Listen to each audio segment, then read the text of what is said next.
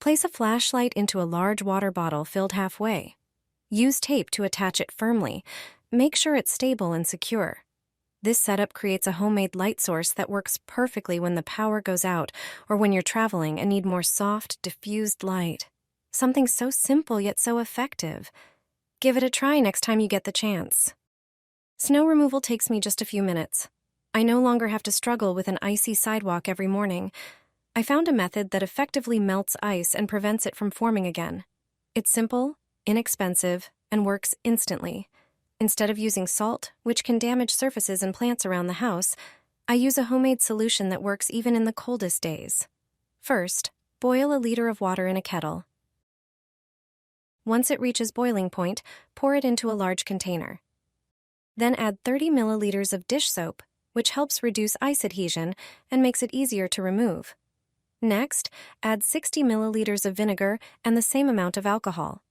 Vinegar acts as a natural antifreeze, while alcohol speeds up the ice melting process.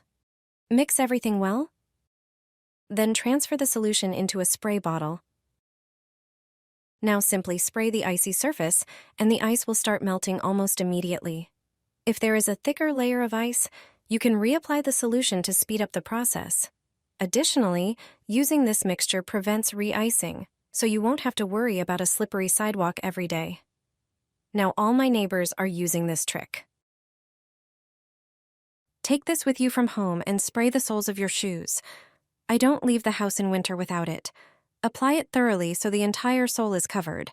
A slightly sticky layer forms, helping the sole grip slippery surfaces better. All you need is regular hairspray. It's an ideal solution for icy and wet sidewalks, especially when you need to head out right away. Remember to reapply it regularly, as the hairspray layer gradually wears off while walking. There's also another method that's just as simple and quick. Use adhesive bandages. Only 2 are enough. Stick them to the soles of your shoes, but the way you apply them matters.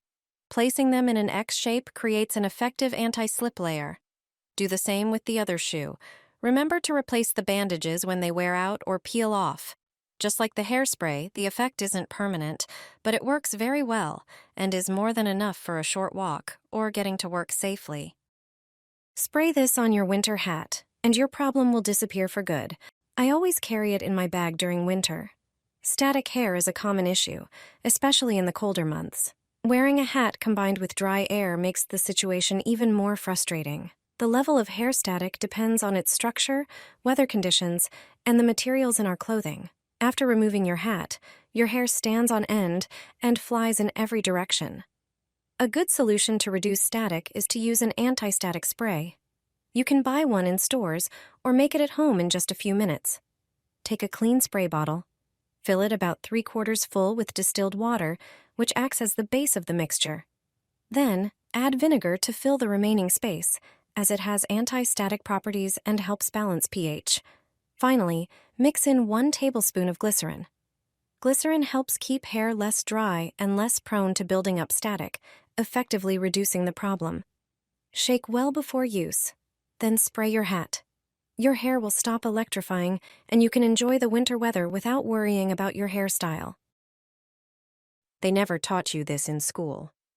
Combining an onion, which provides a moist environment, with metal, in this case a coin, creates a galvanic cell. It's a simple setup where different materials act as electrodes, and the moist substance serves as an electrolyte. This generates voltage, a potential that can cause an electric current to flow. Do this when the power goes out. Take a regular bar of soap and slice off one end so it can stand steadily. Push a toothpick into the center of the soap to create a small hole. Cut off one end of a cotton swab and place it into the hole like a wick. Light the tip of the swab. Within moments, you have a simple candle that provides light and helps in an emergency. Soap works well because it is firm, stable, and contains fats that help sustain the flame. Put a candle in a sardine tin. This hack can truly save the day. Take a regular candle, preferably a classic wax one. Break it into smaller pieces by hand and trim the wick with scissors. Put the candle chunks into the fish tin so nothing spills out. Then, place everything on a frying pan. Heat it slowly until the wax is completely melted. It should be liquid, smooth, and uniform. Once the wax has melted, remove the leftover wick from the center. Now, prepare the fish tin. Take some cardboard and cut it into long strips. Ideally, they should be roughly the height of the tin. Pack them tightly next to each other, coiling the cardboard into a spiral until the entire inside is filled. Leave a piece of cardboard sticking out in the middle to serve as a wick. Now, pour the melted wax into the tin. Do it slowly so it soaks well into the cardboard and reaches every spot. The cardboard will start absorbing the wax like a sponge. Once it hardens, your long-lasting candle is ready. Just light the protruding cardboard in the center. The flame will be calm and steady, and the whole thing will burn for a really long time. The wax-soaked cardboard acts as a fuel reservoir. It's a homemade, long-lasting heater that works perfectly as a backup during a power outage. A simple and cheap way to get light without electricity.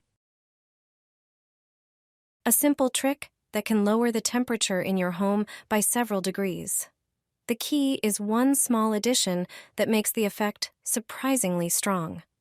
Air conditioners can be very expensive to buy and consume a lot of electricity, so it's worth knowing cheaper and easier alternatives. Take a large empty bottle and fill it with tap water, but not all the way. Leave some space. Put the bottle in the freezer until it's completely frozen. Once the ice is ready, place the bottle in a high spot in the room. Remember, warm air rises and cool air sinks, so the height really matters. You can also place the bottle in front of a fan to spread the cool air more quickly throughout the room. Don't forget to put a plate underneath to catch the condensation so your furniture or floor doesn't get wet. Now comes the secret ingredient that makes this method so effective. Adding table salt to the water, about 10% salt to 70% water, helps the ice last longer and cool the room more efficiently. With this simple trick, your home will feel pleasantly cool, and you can survive the heat without an air conditioner. Here's how to cool your home without air conditioning. A hot, stuffy apartment during a heat wave can be a real nightmare if you don't have AC. Luckily, there's a simple, tried-and-true method that will help you get through those scorching days and cool your space effectively. But before I show you this great idea, remember to avoid basic mistakes that make your place even hotter. Don't open your windows during the day. That just lets in hot air.